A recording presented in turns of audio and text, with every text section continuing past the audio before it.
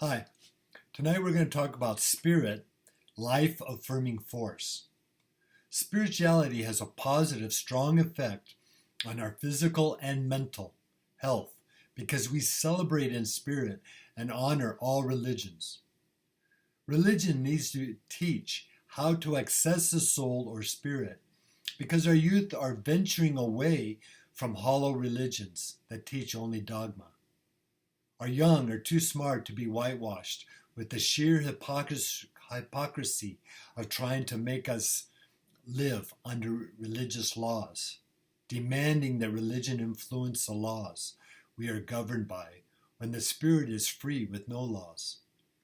The religious icons had relationships with the poor, women, the rejected, sick, and minorities as they welcomed other beliefs and all humans as God's chosen people. Spirituality naturally draws people to their path, their journey with energy and imagination that lets us choose our own way and purpose in life. We don't have to be parrots repeating what others tell us, but we can be eagles if we have the courage to fly high enough to meet our soul. We are all free spirits. People on the ground cast doubt about it, but they can fly too if they just let go.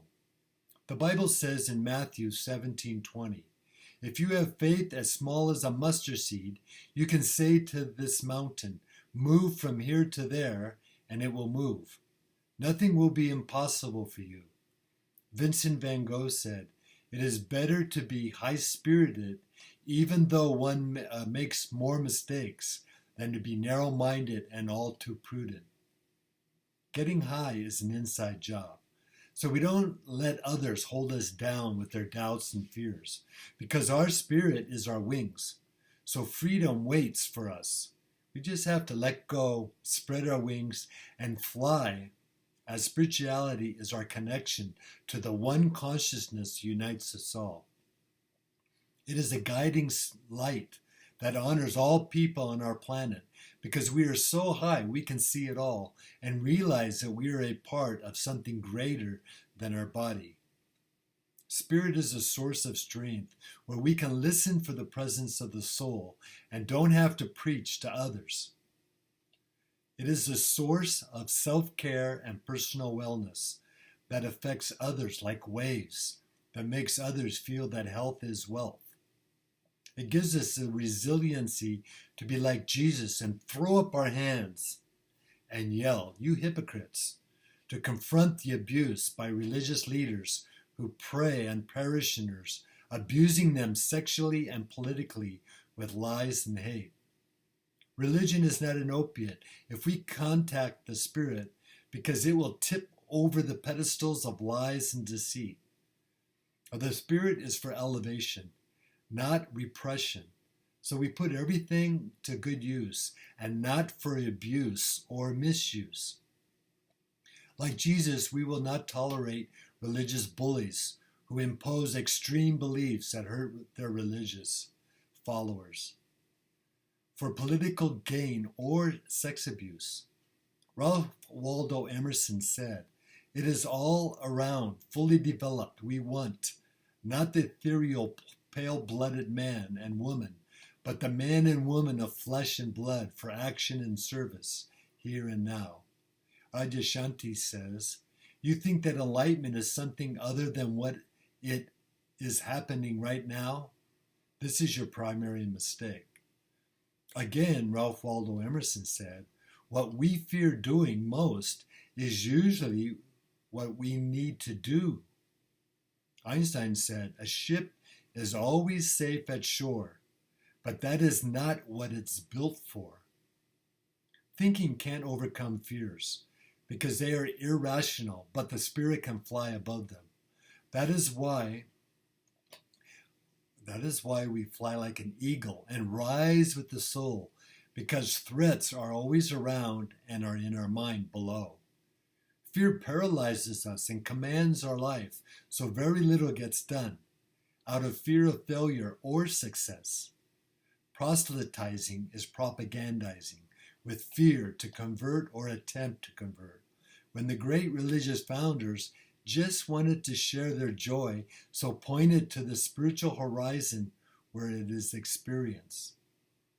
No promotion is needed when we are attracted to spirit, because we will find our own path and will be flooded with energy mentally and physically.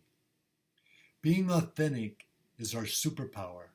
Being true to ourselves makes other people better, which is not about getting what we desire, but enjoying what we have.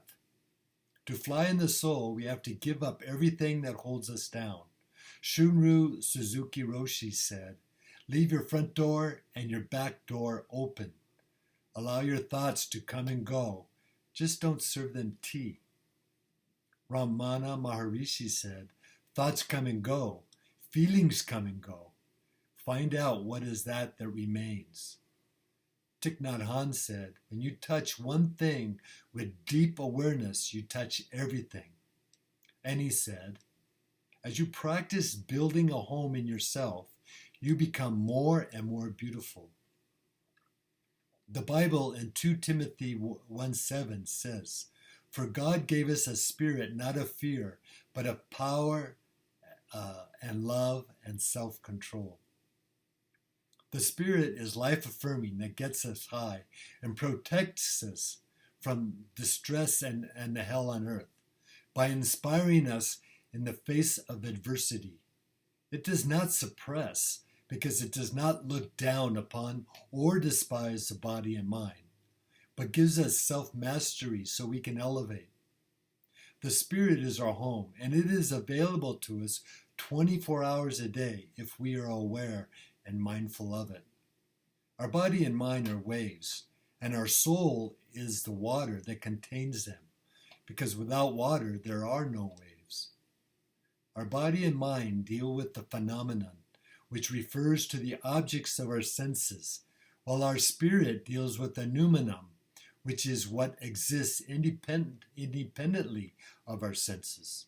Noumenon is beyond the mind and body, so we can call it divinity, spirit, soul, consciousness, or the magic higher than the mind and body.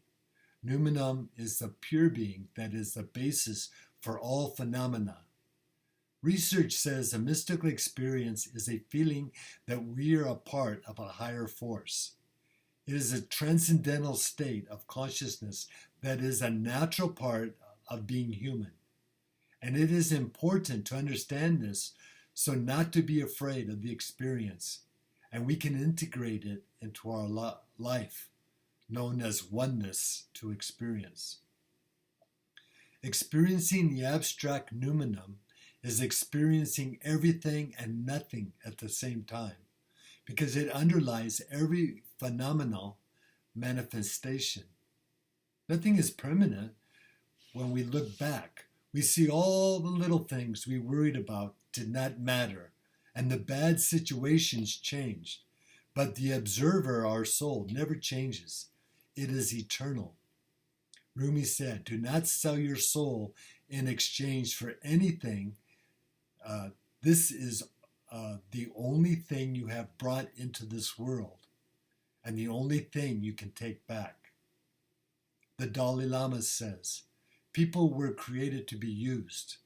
The reason why the world is in chaos is because things are being loved and people are being used." Thank you.